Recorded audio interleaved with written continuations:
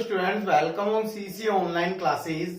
ठीक है बच्चों, लास्ट क्लास में मैं आपको चैप्टर नंबर 5 पढ़ा रहा था, तो अब अपन उसके अंदर नेक्स्ट टॉपिक डिस्कस करने जा रहे हैं जो आपके हैं कॉम्बिनेशन ऑफ इलेक्ट्रिकल सेल। ठीक है, तो सर मैं आपको बता दूं, यानी इलेक्ट्रिक सेल के कॉम्बिनेशन से क्या बनती है? बैटरी। ठीक है, combination of electric cell provide electrical battery. ठीक है, और आप सभी को पता है कि कॉम्बिनेशन कितने टाइप्स के होते हैं? 2 टाइप्स। तो नंबर 1 हेडिंग लगा लीजिए, सीरीज कॉम्बिनेशन। तो अब अपन नंबर 1 पढ़ने जा रहे हैं अपने क्या? Series combination. तो सीरीज कॉम्बिनेशन में लिखना a combination in which each electrical cell have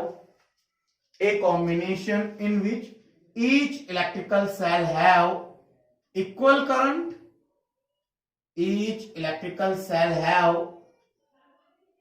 current, and different terminal voltage.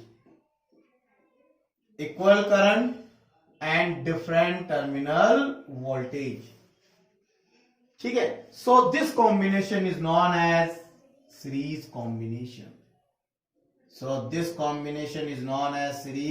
combination. ठीक है, तो बच्चों ऐसा कॉम्बिनेशन जिसमें ईच इलेक्ट्रिकल सेल में करंट क्या रहती है? Constant, same. जैसे मान लो ये आपके सर्किट है, इसके अंदर कितने सेल है? 2 सेल है। एक इलेक्ट्रिकल सेल तो ये रहा, ये है सेल नंबर 1। ठीक है, इस पे टर्मिनल वोल्टेज कितना है? इस पे टर्मिनल वोल्टेज है V1 और इसमें करंट कितनी है? I। तो इससे भी करंट क्या रहेगी? I। और ये आपके सेल नंबर 2 है। ठीक है, और इसका टर्मिनल वोल्टेज कितना है? V2। तो इनमें करंट तो क्या रहती है? सेम, बट टर्मिनल वोल्टेज क्या होता है? डिफर। तो जब अपन दोनों इलेक्ट्रिकल सेल को कंबाइन करेंगे तो इससे क्या बन जाएगी? एक बैटरी, यानी इक्विवेलेंट सर्किट, जिसका ये तो हो गया E इक्विवेलेंट और ये हो गया R इक्विवेलेंट, और इसको अपन किससे अटैच करेंगे? कैपिटल R रेजिस्टेंस से। ठीक है, तो इसमें आ गई कैपिटल I करंट। बोलो होगा कि नहीं होगा? तो ये हो गई बात अपने इसकी। इसका टर्मिनल वोल्टेज हो गया V। ठीक है, तो that is known as series combination. तो अब अपन सीरीज कॉम्बिनेशन में एक एक इलेक्ट्रिकल सेल की बात करते हैं। जैसे अपन लेते हैं सेल नंबर 1। सेल नंबर 1 के लिए बच्चों terminal voltage V equal to क्या होता है? E minus I R. तो अपने सेल नंबर 1 की बात करें तो टर्मिनल वोल्टेज V1, इसका EMF E1, करंट I और रेजिस्टेंस R1। तो that is the equation number 1। Similarly अपन सेल नंबर 2 की बात करें तो सेल नंबर 2 पे होगा V2 is equal to E2 minus I R2। That is equation number 2। होगा कि नहीं होगा? एंड फॉर इक्विवेलेंट बैटरी, जो आपकी इक्विवेलेंट बैटरी बन रही है उसके लिए टर्मिनल वोल्टेज क्या होगा?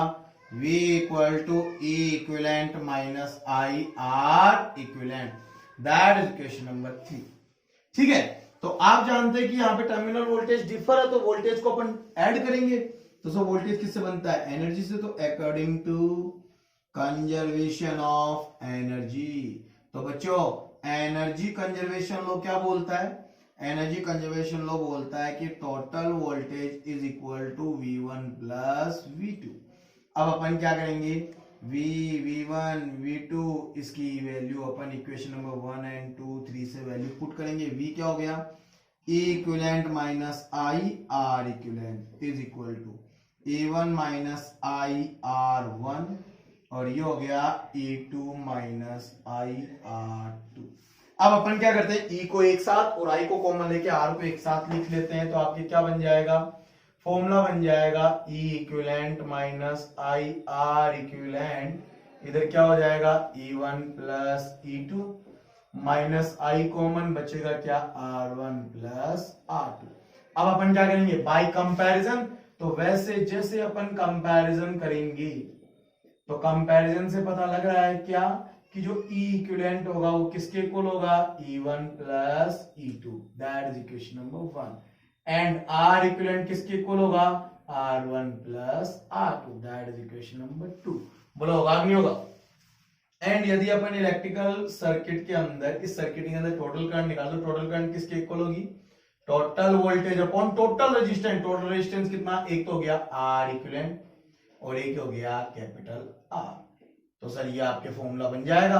ठीक है, तो अब ये तो आपके कंडीशन हो गई। अब देखते हैं अपन नोट नंबर 1। नोट नंबर 1 क्या है, if N equal cells are in series.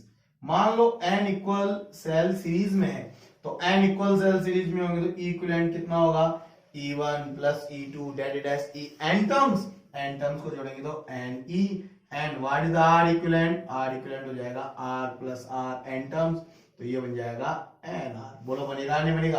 अब आपके नोट नंबर 2 है बच्चों, नोट नंबर 2 बड़ा इंपॉर्टेंट है, ध्यान देना।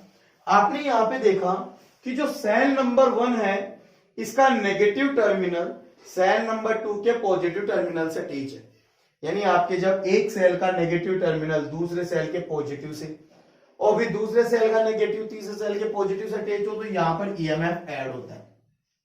बट यदि आपकी यही कंडीशन ऐसी हो जाए कि ये सेल नंबर 1 है, इसका EMF E1 inter resistance R1 और इसके नेगेटिव टर्मिनल से दूसरे सेल का भी नेगेटिव टर्मिनल अटैच कर दे, ठीक है, यानी same same terminal same point पर अटैच है, तो इस कंडीशन में इक्विवेलेंट वोल्टेज बच्चों बड़ी वाले वोल्टेज में से छोटा वाला वोल्टेज माइनस हो जाता है। क्यों, क्योंकि इन दोनों की करंट जो आएगी वो एक दूसरे के अपोजिट होगी, तो बड़े वाली बैटरी का करंट फ्लो होता है, तो आर इक्विवेलेंट क्या बन जाएगा, R1 प्लस R2। तो यदि आपको ऐसी कंडीशन मिले कि सिमिलर टाइप के टर्मिनल सीरीज कॉम्बिनेशन में अटैच हो, तो उस कंडीशन में अपन इक्विवेलेंट वोल्टेज कैसे निकालते हैं, बड़े वाले वोल्टेज में से छोटे वाले वोल्टेज माइनस कर देते हैं, बट रेजिस्टेंस तो बच्चों ऐड ही होता है। तो इससे रिलेटेड आपके बुक के अंदर क्वेश्चंस है। ठीक है, तो ये आपके इलेक्ट्रिकल सेल का आपके सीरीज कॉम्बिनेशन कंप्लीट हो गया है। वीडियो को पॉज करके बच्चों आप इसको राइट डाउन कर सकते हैं। अब अपन इसी प्रकार पढ़ेंगे parallel combination of electrical cell. ठीक है,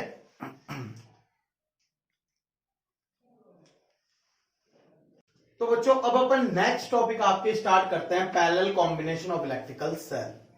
तो इसके अंदर लिखना a combination in which each electrical cell have a combination in which each electrical cell have equal terminal voltage. Each electrical cell have equal terminal voltage and different electrical current. And different electrical current is known as parallel combination of electrical cell. Is known as parallel combination of electrical cell. तो जैसे बच्चों diagram में आपको दिख रहा है कि आपने दो इलेक्ट्रिकल सेल को अटैच करके जब एक इक्विवेलेंट सर्किट बनाया तो उसका वोल्टेज E इक्विवेलेंट और रेजिस्टेंस R इक्विवेलेंट और वही टर्मिनल वोल्टेज V हो गया। ठीक है, यहां पर देखा जाए तो ये सेल नंबर 1 है जिसका EMF E1 inter resistance R1 और सभी पर टर्मिनल वोल्टेज क्या रहने वाला है, सेम V, इस पे भी V। बट इलेक्ट्रिक करंट क्या होगी, differ, that is the I1 और ये करंट कितने दे रहा है, I2, इसकी करंट है I2। ठीक है, इसका इंटर रेजिस्टेंस R2 और ईएमएफ हो गया E2। बोलो होगा नहीं होगा। तो जब अपन इसकी बनाएंगे तो ये आपके इक्विवेलेंट सर्किट बन जाएगा। तो अब अपन देखते हैं सेल नंबर 1 के लिए। For electrical cell number 1 terminal voltage V equal to क्या होता है, A माइनस आई आर। तो टर्मिनल वोल्टेज सेम है तो V, ईएमएफ कितना है E1, करंट कितनी है I1 इंटर रेजिस्टेंस R1। तो यहाँ पे करंट डिफरेंट है, डिफर है, तो अपन करंट निकालेंगे तो I1 करंट कितनी होगी। सर करंट कैसे फाइंड आउट करेंगे, तो करंट को फाइंड आउट करने के लिए बच्चों अपन क्या करेंगे, इस टर्म को तो इस तरफ ले आएंगे और वोल्टेज को इधर ले जाएंगे। तो जैसे अपन ये वर्क करेंगे तो I1 करंट कितनी होगी, I1 करंट होगी E1 minus V upon R1। That is equation number 1। ठीक है ना। इसी प्रकार अपन सेल नंबर 2 लेंगे। सेल नंबर 2 के लिए भी आपके V equal to E2 minus I2 R2। Then get I2 current कितनी होगी, A2 minus V upon R2। That is equation number 2। And for equivalent battery, तो जैसे अपन इक्विवेलेंट बैटरी की बात करेंगे तो जो टर्मिनल वोल्टेज V क्या बन जाएगा, A equivalent minus I R equivalent, that is equation number 3 हो गई। अब आपको पता है कि इलेक्ट्रिक करंट डिफर है, इलेक्ट्रिक करंट का ऐड करेंगे तो इलेक्ट्रिक करंट चार्ज से बनती है, तो अपन क्या बोलेंगे, according to conservation of charge. तो बच्चों चार्ज कंजर्वेशन लॉ क्या बोलता है, चार्ज कंजर्वेशन लॉ बोलता है कि टोटल करंट क्या होगी, I equal to I1 plus I2। अब मैं I equal to value put करता हूं, तो सर I1 कितना है, ये रहा, तो ये हो गया E1 minus V upon R1 plus ये क्या हो जाएगा E2 minus V upon R2। मैं यहां पर क्या करता हूं, मैं यहां पर E वाली टर्म एक तरफ और V वाली टर्म एक तरफ ले लेता हूं, तो आपके पास बच्चों क्या आएगा, I equal to E1 upon R1 plus E2 upon R2, वाली टर्म एक तरफ माइनस का V common, 1 upon R1 plus 1 upon R2, बोलो होगा नहीं होगा। अब यहाँ पे एलसीएम ले लेते हैं, तो एलसीएम क्या आएगा, E1 R2 plus E2 R1, अरे एलसीएम R1 R2 आएगा ना, तो ये इधर मल्टीप्लाई माइनस का V और यहाँ पे हो गया R1 plus R2 upon R1 R2, बोलो होगा नहीं होगा।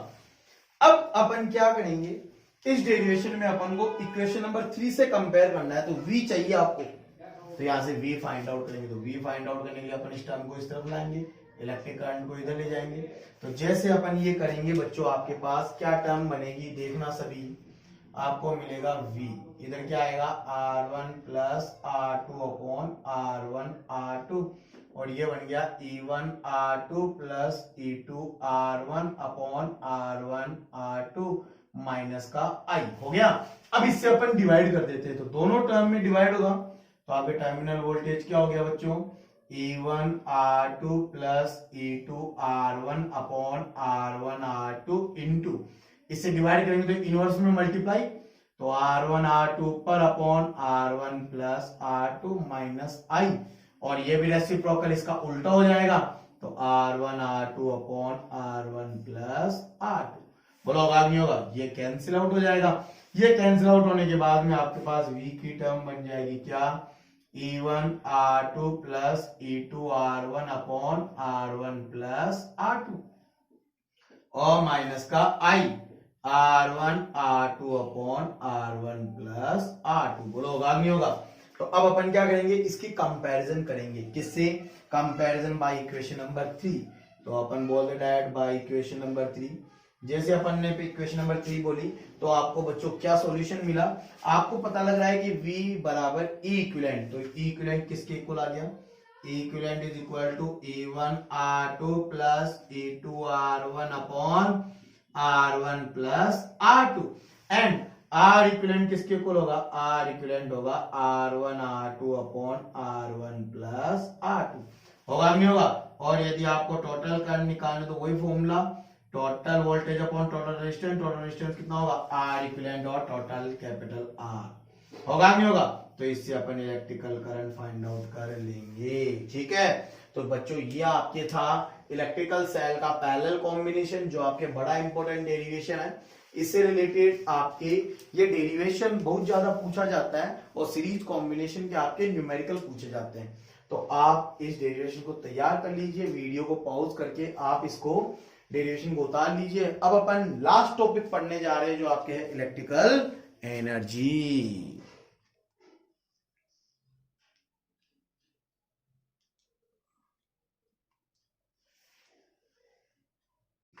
हेलो स्टूडेंट, तो अब अपन नेक्स्ट टॉपिक पढ़ने जा रहे हैं, जो आपके है इलेक्ट्रिकल एनर्जी।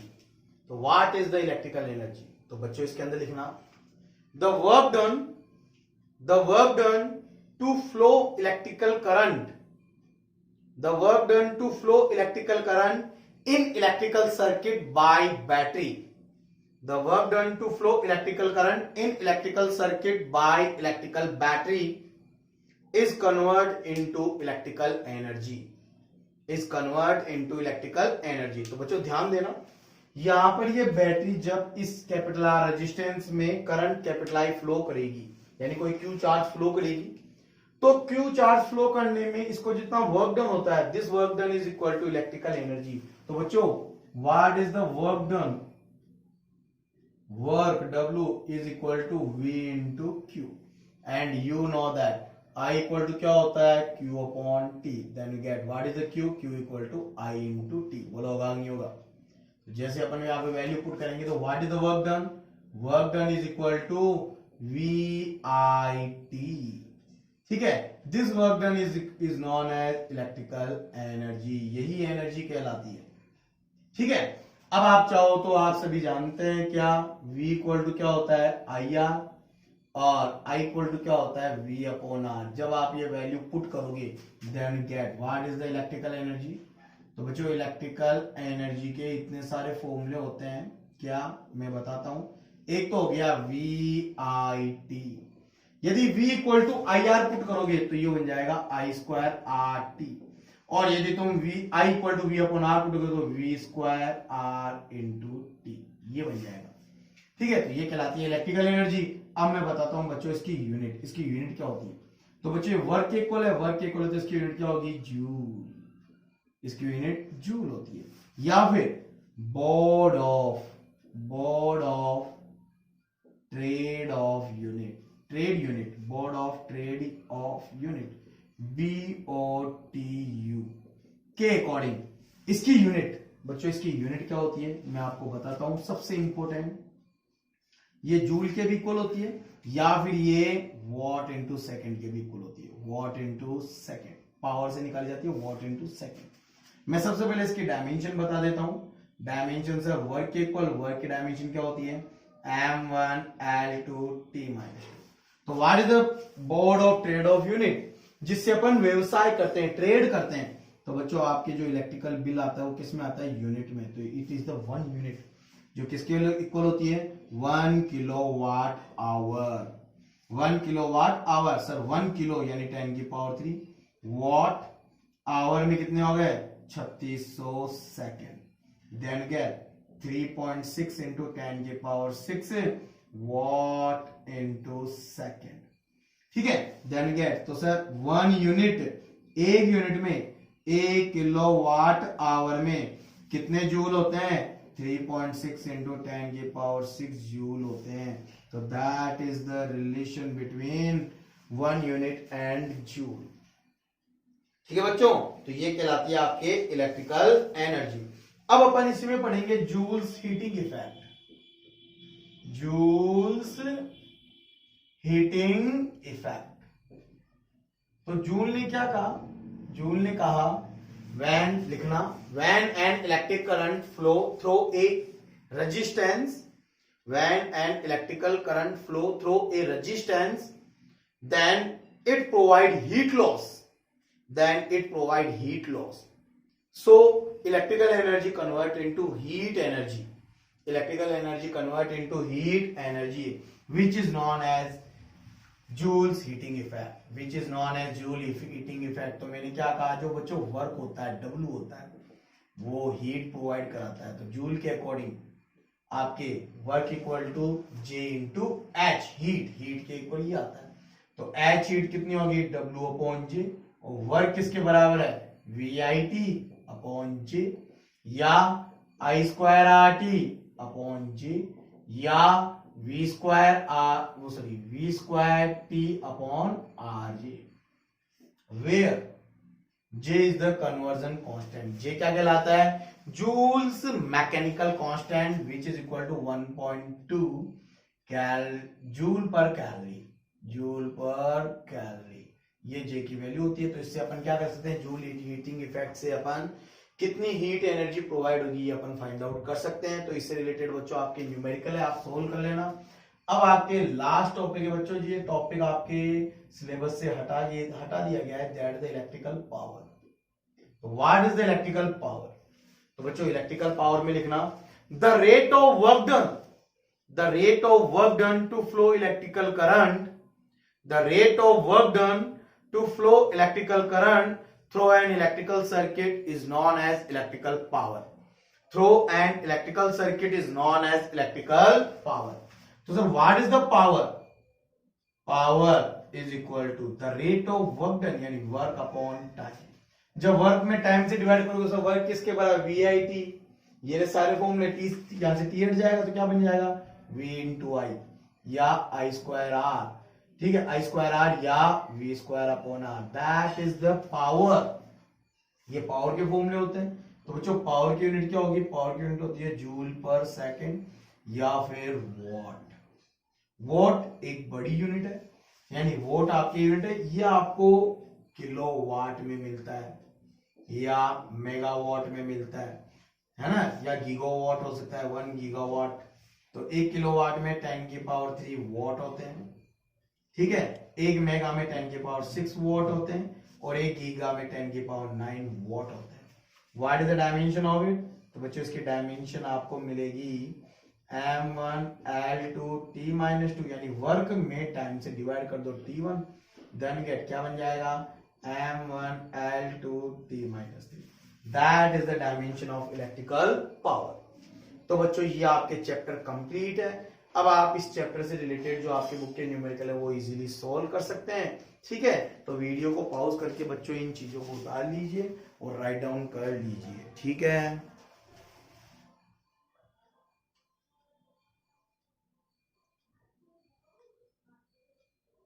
हेलो स्टूडेंट, तो अब अपन आपके बुक का न्यूमेरिकल नंबर 12 देखते हैं। बच्चों मैं बुक से न्यूमेरिकल पढ़ रहा हूं ना, आप क्या कीजिए बुक से न्यूमेरिकल देख लेना, लिख लेना। इन ए हाउस, एक घर के अंदर है ना, 4 बल्ब ऑफ 100 वाट। तो आपको पता लगा कि इसमें कितने एलिमेंट लग रहे हैं। सबसे पहले एक बल्ब लग रहा है, बल्ब नंबर 1 कितने वाट का 100 वाट का। कितने हैं देखते हैं, 4 बल्ब, 4 बल्ब लग रहे हैं। कितने बल्ब है, नंबर ऑफ क्वांटिटी है 4 बल्ब, ठीक है। And 4 bulb of 40 watt, bulb number 2 है, बल्ब नंबर 2 कितने 40 वाट के, कितने हैं 4। आगे बोल रहा है glow daily for 4 hour and 6 hour, कितने घंटे के लिए, ये तो 4 आवर के लिए और ये 6 आवर के लिए काम करते हैं, ठीक है। और फिर बोला है respectively 2 fan of 60 watt runs every day 8 hour. अब आपके फैन भी लग रहे हैं, कितने फैन है 2 फैन है, कितने वाट के 60 वाट के, 60 वाट के। कितने समय के लिए वर्क करते हैं, ये 8 घंटे चलते हैं, 8 आवर। तो अब अपन इनसे रिलेटेड जितनी एनर्जी कंज्यूम हो रही है वो अपन फाइंड आउट करेंगे। तो सर देखो, सबसे पहले बल्ब नंबर 1 टोटल 1 डे, एक दिन के लिए कितनी एनर्जी, तो 4 चौक 16, इन सबको मल्टीप्लाई करेंगे तो 1600 वाट इंटू आवर। आगे इन सबको मल्टीप्लाई करेंगे तो 1600 96 960 वाट इंटू आवर। इसको मल्टीप्लाई करेंगे तो ये भी कितना आएगा 960 वाट इंटू आवर। बोलो आया नहीं है, तो बताओ टोटल एनर्जी कंजप्शन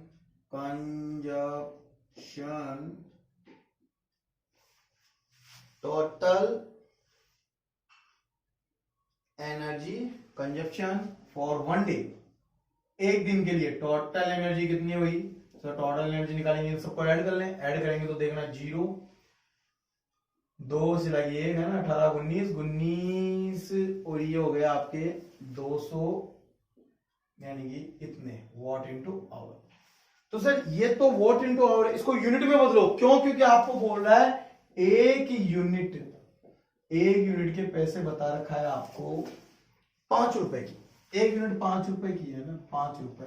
तो बताओ इसको पहले यूनिट में कन्वर्ट करेंगे, तो इन यूनिट, ये कंजप्शन जब अपन यूनिट में निकालेंगे तो सर यूनिट में निकालने के लिए अपन क्या करेंगे, सर यूनिट होती है किलो वाट, किलो का मतलब 1000 से डिवाइड कर दे तो ये किलो वाट आवर बन गया, यानी यूनिट इस ये कट गया, कितना आ गया 2.52 यूनिट। इतनी यूनिट हो गई कितने दिन की, एक दिन की।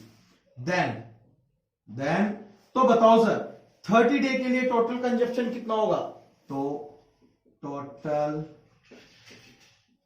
इलेक्ट्रिकल एनर्जी फॉर 30 डे, 30 दिन के लिए, तो सर 30 से मल्टीप्लाई कर दो 30 इंटू 2.52, इतनी यूनिट हो जाएगी, है ना। इफ 1 यूनिट 5 रुपीज, तो इतनी यूनिट कितनी होगी, then you get expansion then you get expansion of electrical energy, है ना, expensive of इलेक्ट्रिकल एनर्जी। तो इलेक्ट्रिकल एनर्जी का कितना खर्चा हो रहा है ये अपन निकालेंगे आरएस में। तो सर एक यूनिट है 5 रुपए की, तो 30 गुना 5 गुना 2.52, जो अपन इसको सोल्व करेंगे तो आपके बच्चों आंसर आ जाएगा इजीली कितना, 528 रुपए, यानी इतने का इलेक्ट्रिकल बिल बनेगा। ठीक है, तो ये आपके कंप्लीट न्यूमेरिकल नंबर 12। इसी प्रकार आप बुक के न्यूमेरिकल और निकाल लेना और फाइंड आउट करना। यदि आपकी कोई क्वेरी आती है तो आप मेरे से कांटेक्ट कर सकते हैं। तो बच्चों ये आपके था न्यूमेरिकल। ठीक है, अब अपन नेक्स्ट क्लास के अंदर आपके चैप्टर नंबर 6 स्टार्ट करेंगे, जो यूनिट नंबर 2 का ये पार्ट है। ठीक, उतार लीजिए।